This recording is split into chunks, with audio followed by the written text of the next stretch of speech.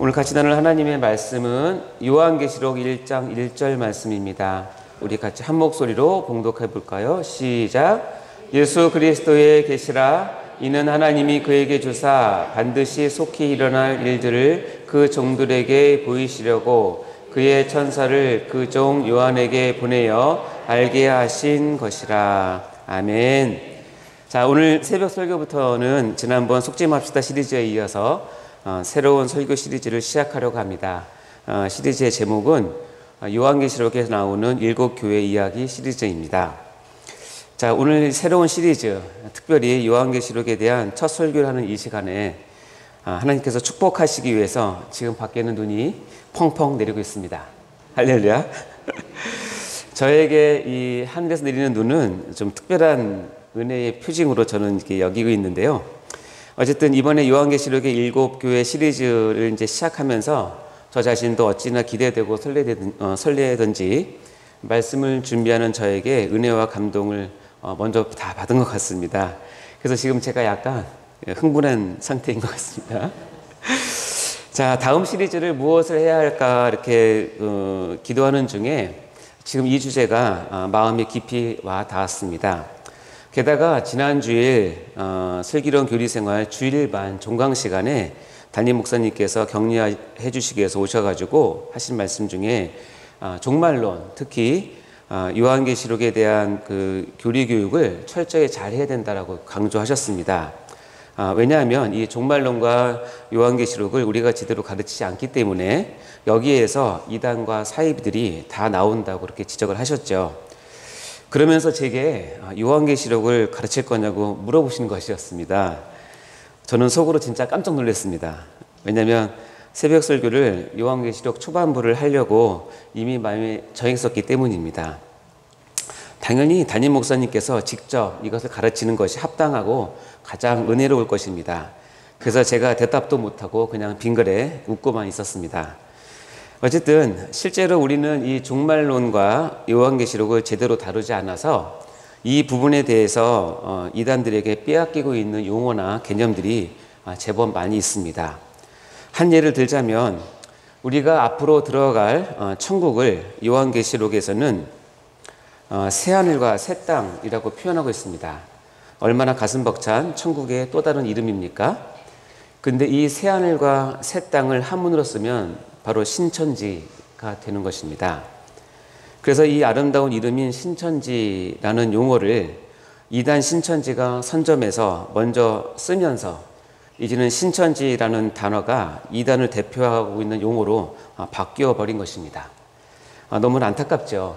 만일 정통교회 그리고 건전한 교회가 처음부터 신천지 교회라는 이름을 사용했더라면 이단들이 아마 신천지라는 단어를 쓰지 못했을 것입니다.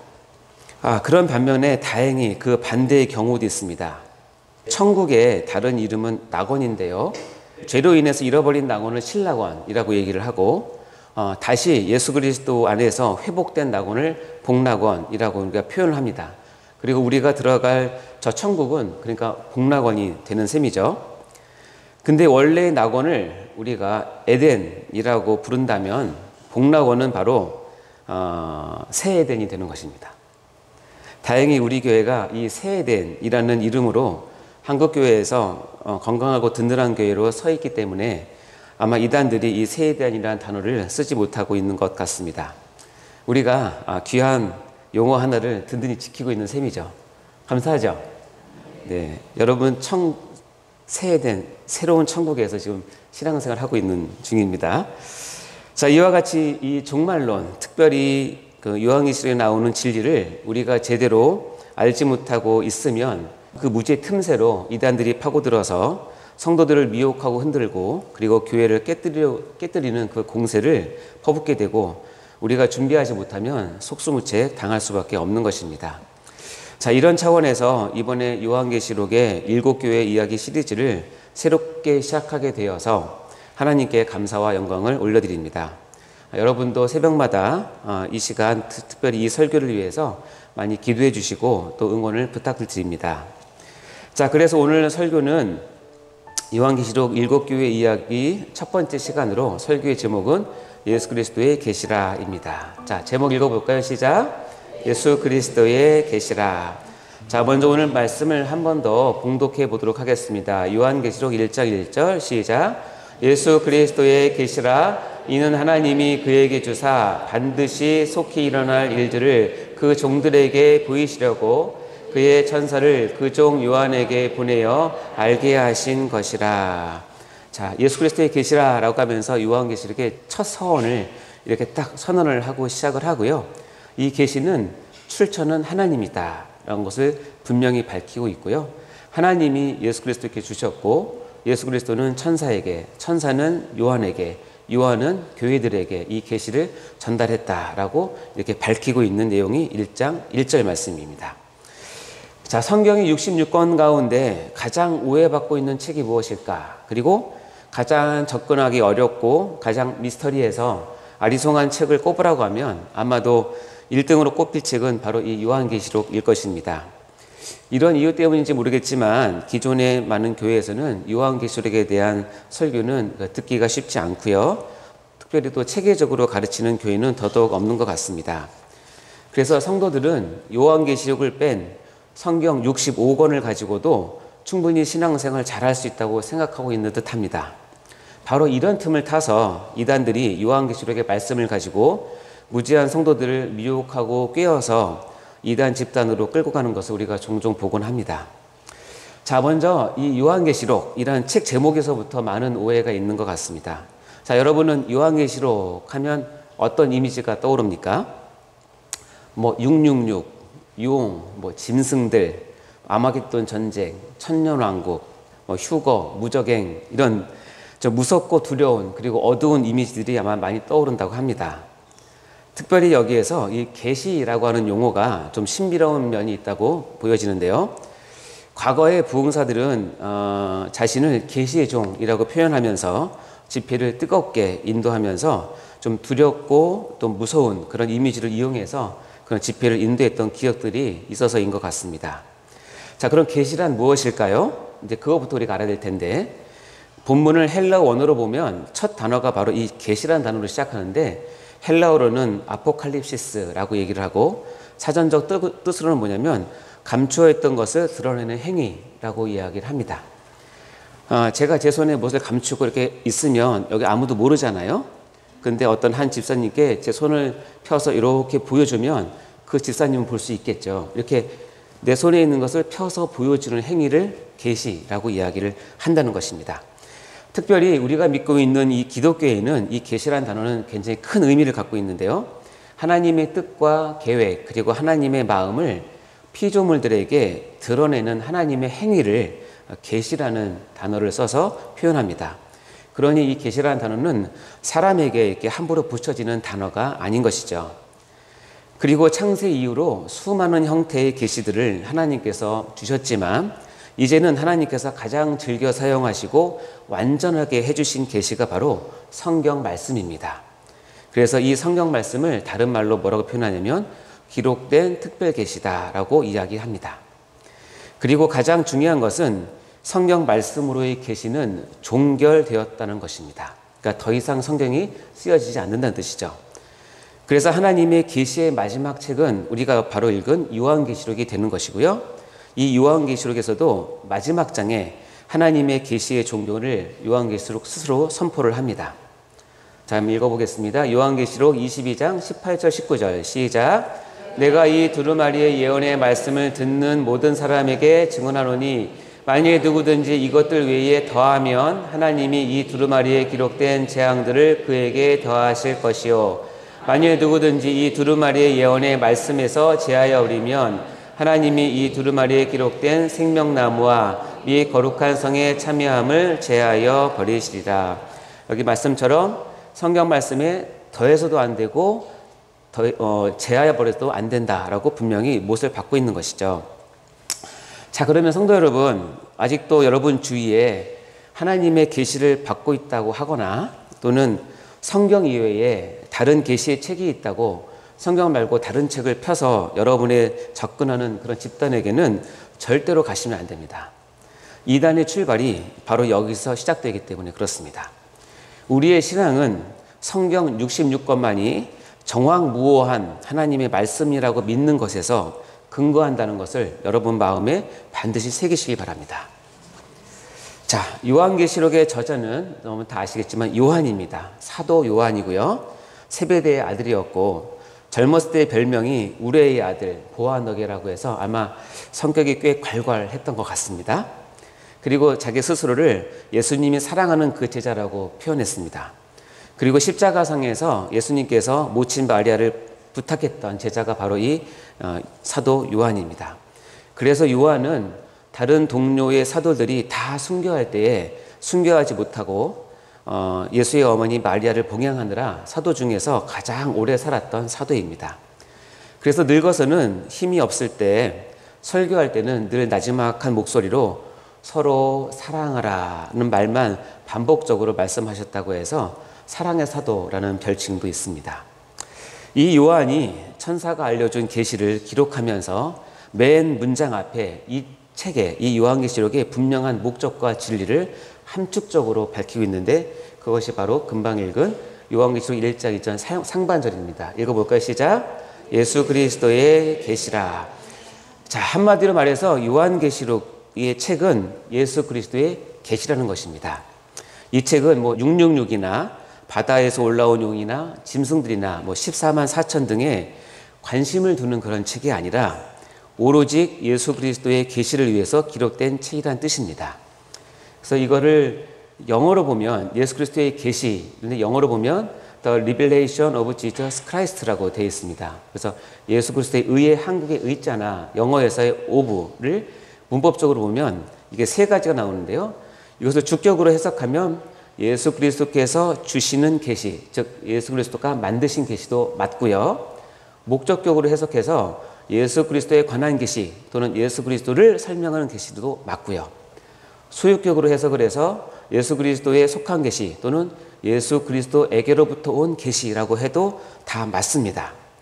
이와 같이 요한계시록은 처음부터 끝까지 예수 그리스도에 초점을 맞춰서 읽으면 되는 책입니다. 예를 들자면 여러분이 음악책을 펴놓고 음악을 하든지 노래를 불러야지 음악책을 펴놓고 거기서 수학을 하면 그게 무슨 의미가 있겠습니까? 똑같습니다. 계시록을 펴놓고 예수 그리스도에 초점을 맞춰야지 엉뚱한 것에 초점을 맞추면 이상한 쪽으로 가게 되고 여러분의 엉뚱한 상상만 발휘돼서 결국은 이상한 교훈으로 끌려가게 되는 우를 범하게 된다는 것입니다. 그래서 요한계시록의 첫 문장은 이것은 예수 그리스도의 뭐다? 계시다라고 이야기한다는 것입니다. 그래서 이 예수 그리스도의 초점을 맞춰서 읽기 때문에 이것을 성경학자들은 제5의 복음서라는 별명을 붙여줍니다. 우리 앞에는 마태, 마가, 누가, 요한이 4개의 복음서가 초림의 예수님을 기록한 책이라면 요한계시록은 뭐냐면 재림의 예수를 자세히 기록한 5번째 복음서의 역할을 한다고 보는 것입니다. 그리고 이 계시라는 단어가 복수가 아니라 단수라는 사실을 여러분 꼭 유의하셔야 됩니다. 요한계시록은 이 계시 저 계시 이 이야기 저 얘기 하는 그런 책이 아닙니다. 마구잡이로 기록된 책이 아니라 단 한 가지 계시, 유일한 초점이 맞춰진 계시, 그 단수의 계시를 기록한 것입니다. 바로 예수 그리스도 오직 한 분에게 초점이 맞춰져 있는 책이라는 것입니다. 다만 우리가 이것을 이해하기가 좀 힘들어하는 이유는 뭐냐면 이 표현 형식이 단어나 상황이 묵시문학이라는 형태를 띠고 있어서 우리가 단번에 이해하기는 좀 알아듣기 어려운 면이 있는 것은 사실입니다. 자, 그러면 이 요한계시록은 누구를 위해서 쓰여진 책일까요? 요한계시록은 금방 말씀드린 것처럼 묵시문학이기도 하지만 동시에 이 책은 편지, 즉 서신서입니다. 그래서 수신자가 있는 것이죠. 요한계시록 1장 11절에 보면 이렇게 되어 있습니다. 시작. 이르되 내가 보는 것을 두루마리에 써서 에베소, 서머나, 버가모, 두아디라, 사데, 빌라델비아, 라오디게아 등 7교회에 보내라 하시기로. 여기 나오는 7교회에게 요한계시록이라는 편지를 써서 서로 돌려보도록, 즉 회람할 목적으로 요한계시록 기록된 것이 1차적인 목적입니다. 그래서 이 7교회가 다음에 등장하는 것이고 이 7교회 이야기가 요한계시록의 첫 배경이 되는 것입니다. 우리가 한 성경을 깊이 있게 이해하고 제대로 이해하기 위해서는 그 책이 쓰여질 당시에 시대적 배경, 사회적 배경, 정치적, 종교적 배경을 또 문화적 배경을 잘 이해하면 성경을 풍성하게 이해할 수 있고 하나님의 뜻을 더 깊이 알 수 있습니다. 특히 이 요한계시록을 제대로 이해하려면 일곱 교회에 대한 말씀을 또한 깊이 이해하려면 그 당시 초대교회가 처한 상황을 반드시 알 필요가 있습니다. 그것을 알고 이 성경을 봐야 되는 것이죠. 사도 요한이 반모섬에 유배가 돼서 거기서 계시록을 기록할 때가 대략 AD 95년에서 96년 경입니다. 이때 로마의 황제는 도미티안 황제로서 기독교 최대 박해자로 역사적으로 악명 높은 사람입니다. 제11대 로마 황제고요. 이전에 네로 황제도 박해도 엄청났지만 네로 박해 때는 로마 지역에 국한된 박해였다면 이 도미티안 박해는 로마 제국 전체에서 체계적으로 일어났던 엄청난 박해였습니다. 특별히 도미티안 이 황제는 자기가 살아생전에 자신이 신이라고 선포를 해버렸습니다.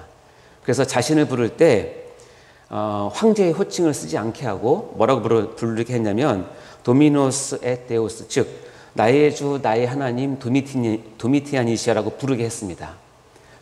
미친놈이죠.